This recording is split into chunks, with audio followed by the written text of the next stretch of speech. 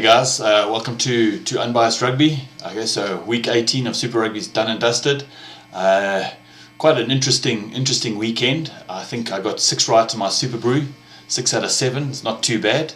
And I was actually, if you'd watched my previous videos, you can see that I actually had chosen my teams based on what I was hoping for, and it looked like the rugby gods were smiling on the Lions and the South African side. So great. But what I'm going to do is I'm going to go through the scores, some things that I picked up in the games, and we can take it from there.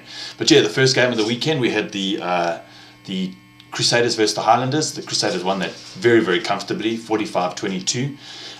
What impresses me the most about the Crusaders is, and I was going through the team sheets, and there's not really one that stands out above all the other players. Yeah, I know they've got Sam Cane, and it's nice to have Kieran Reid back and all that, but they all seem to play at a level that is that's phenomenal. I doubt I think they could take on an international side. That's the kind of level they're at.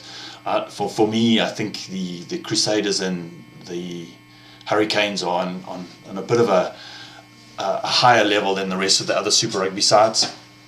So yeah, it's I have a feeling they could take on any. They are so well coached. They know how to win, and it's in the Crusaders' destiny to win it. I think they're the only ones that could probably lose it for themselves. The only other team that I think that has a shoe-in is the Hurricanes.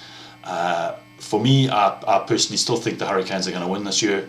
They just have such an awesome backline, but that Crusaders outfit is just so well coached, well trained. They just know how to play for each other. But from the Highlanders' point of view, still Highlanders have my favourite player in World Rugby, Ben Smith. I just think he's absolutely mercurial. He knows exactly what he's doing. Really, probably out and out for me, the best rugby player on the planet. But still, that Crusaders outfit is just phenomenal. You know, to win by 23 points against another New Zealand side is impressive. Next game of the weekend was the Reds versus the Rebels. Reds are my team in the Australian Conference. So I've been trying to source a jersey for them, but as you can see, the jersey behind me, I got it for free, but it's they're 99 Rand, which is, I don't know, like less than $10. So yeah, it's like super cheap to get those jerseys, but to import other jerseys is quite expensive. But the Reds did the Lions a huge big favour. Actually, they did most of the sides a huge big favour by keeping the Rebels down. The Rebels would have, if the Rebels had won, they would have comfortably been in the playoffs. But even now, they've still got to wait till the last week. But that Red scrum was just absolutely devastating. That Red side deserved that victory. They were more hungry on the day. But yeah, it's just what I've written down a few notes here, and I just think that Red scrum was world class. Next game of the weekend, we got the Chiefs versus the Brumbies. The Brumbies were in with a shot this whole way through that game, and anyone could have won it in the end. That Chiefs outfit is good. They are one of my favourite sides in the competition. I haven't decided yet on a New Zealand side that I support. I always try to support one team in each conference. I still haven't decided on my New Zealand side. But yeah, I was looking at that side. I know you always focus on Damien McKenzie and Sam Cane. I'm actually hoping that Sam Cane's not injured, that he comes back from that head knock. But Charlie Ngata is just, I've watched him a couple of games, and that guy's always got go forward. He's always over the gain line. He's always going forward, and you just can't, and he doesn't get the same kind of recognition as Damien does, even though he does the hard work week in, week out. So yeah, that was my player of the day. Next game of the weekend was the Hurricanes versus the Blues. And the Blues are still losing, and they've got the Crusaders next week, so I doubt they're going to win next week either. But yeah, I just don't understand it. I was looking at the log the other day. I've got the log here. I'm just going to change channels quick, change the thing here, and they are. Look, obviously they won't be in the bottom spot because obviously the Sunwolves are in that spot, but. the Reds are ahead of them on points. So yeah, that blue side, I just don't know. I really, really don't know, and I just can't understand it, because they're such a good side, and they've got such good players. It's just, I don't know. It's just 1 week after the next. But yeah, I was writing down here players that like the Hurricanes have my favourite player, which is one of my favourite players is Neo Scudder. I think he brings something completely different on the wing as opposed to Wasaki Nahola and Arike Wani.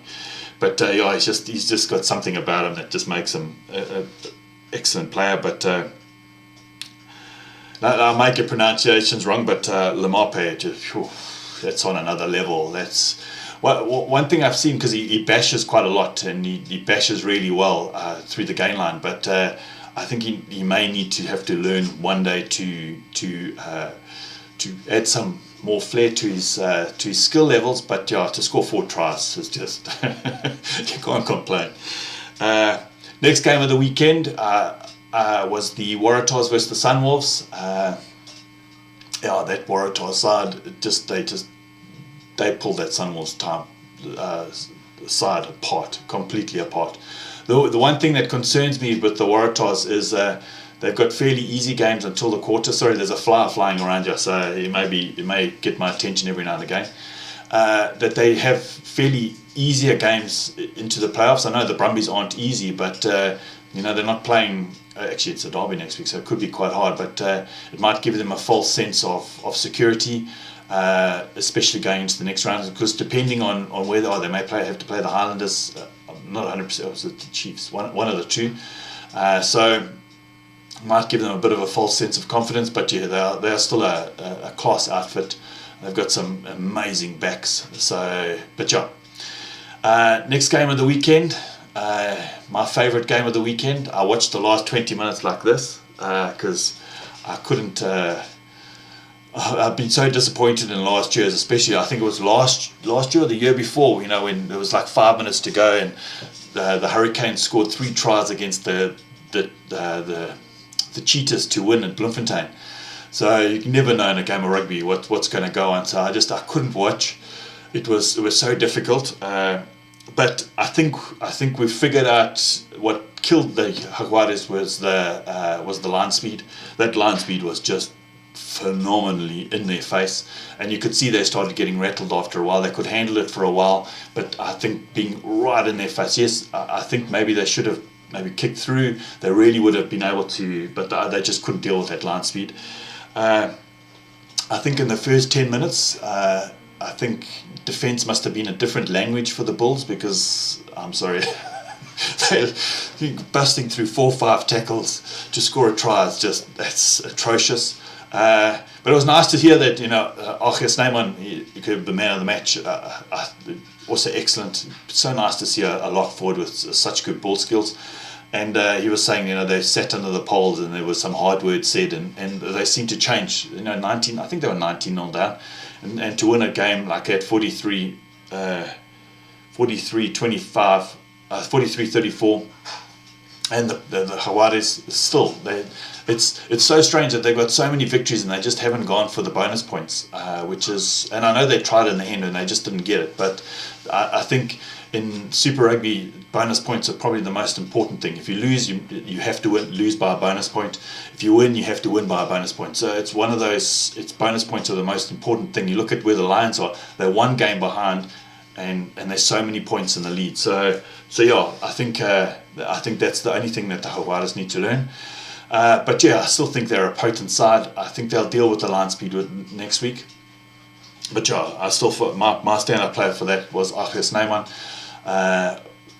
Has to be a shoo-in for the box for the rugby championship. He really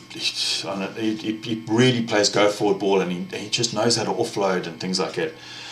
Then the last game of the weekend was the Stormers versus the Sharks. God, good grief, these bloody Sharks! They just had to win that game, and it would have made it so much easier for them to make the playoffs. Now they've got a mathematical chance of, I think the Brumbies still have a mathematical chance of getting through, but the Sharks now have to win next week. The Rebels have to lose. So, if they'd won that game, they could have really had sealed it up and then got through. But yeah, credit to the Stormers. They haven't had a good season, and if the Bulls win next week, and they'll actually be bottom of the log completely, which is not good at all. The Stormers are a much better side than that, and it's actually quite frustrating that they're in that position. And I don't know. I've got a feeling it's at a coaching level that there's a problem, because they've got the players there. They've got I can't remember who the captain was. But regardless, one thing I did notice about that game, that was the battle of the Springbok front rows, because literally all those players that played, almost all of them were Springbok players. Bongingo Nambi, Akafanemavis played, Chili Boy Rodapela, so those are the hookers.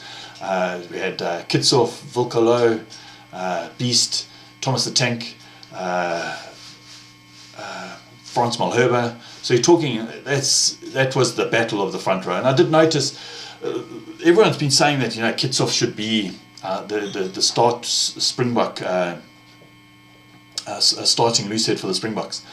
And I still don't think his fitness is up there, because when he came onto the field, he dominates for about the first 3-4 scrums, and then he starts tapering off, because unless Thomas du Toit is a much better tight head than I give him credit for, because Thomas du Toit was dominated in the first scrum, and then after that, I'm sure, because I could see on the other side, Volkalo he had 1 or 2 hits on the Beast, and then after a little while, the tables turned completely, and that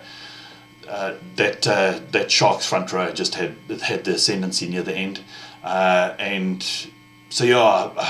I still think the Beast is the starting number 1 for the Springboks, and then Kitshoff was impact player. That's one thing that he's got to find, that balance between having that impact and getting his fitness up. But yeah, overall it was a great weekend of rugby. I watched every single game. I think the Stormers and the Sharks, I missed the first half, but I watched every single game start to finish, and it was a super impressive weekend of rugby. I think the winners over the weekend were the only team that weren't playing, and that was the Lions. I think the rugby gods must have been looking down on them, because they're still top of the South African log, and they've made it. I think all the teams up to 7 have made it to the quarterfinals. It's just that 8th spot that's a bit of a hard one. If the Rebels, it's difficult, because I think 8th spot plays first, which is the Crusaders. So if the Sharks get through, they'd have to play like an exceptional game against the Jaguares, and then they've got to fly all the way to Christchurch to go beat the Crusaders, which I doubt it will ever happen. But yeah, overall interesting weekend of rugby. I'm looking forward to next week. Later in the week I'll do a bit of a prediction show, because it is the last round robin, and so there's not much to play for, just jockeying for position. I'm sure the Lions will hoping that the Waratahs will lose against the Brumbies, and that the Lions actually beat the Bulls at home. So yeah, there's still a lot of positioning things that could change. I think I'm not sure. I know if the Jaguares win and the Highlanders lose, which is highly doubtful against the Rebels, I know that they'll bounce past them, putting the Highlanders in 7th. But yeah, overall, great weekend of rugby. But listen, guys, have a great week, and I'll chat to you soon during the week. Cheers, man. Bye.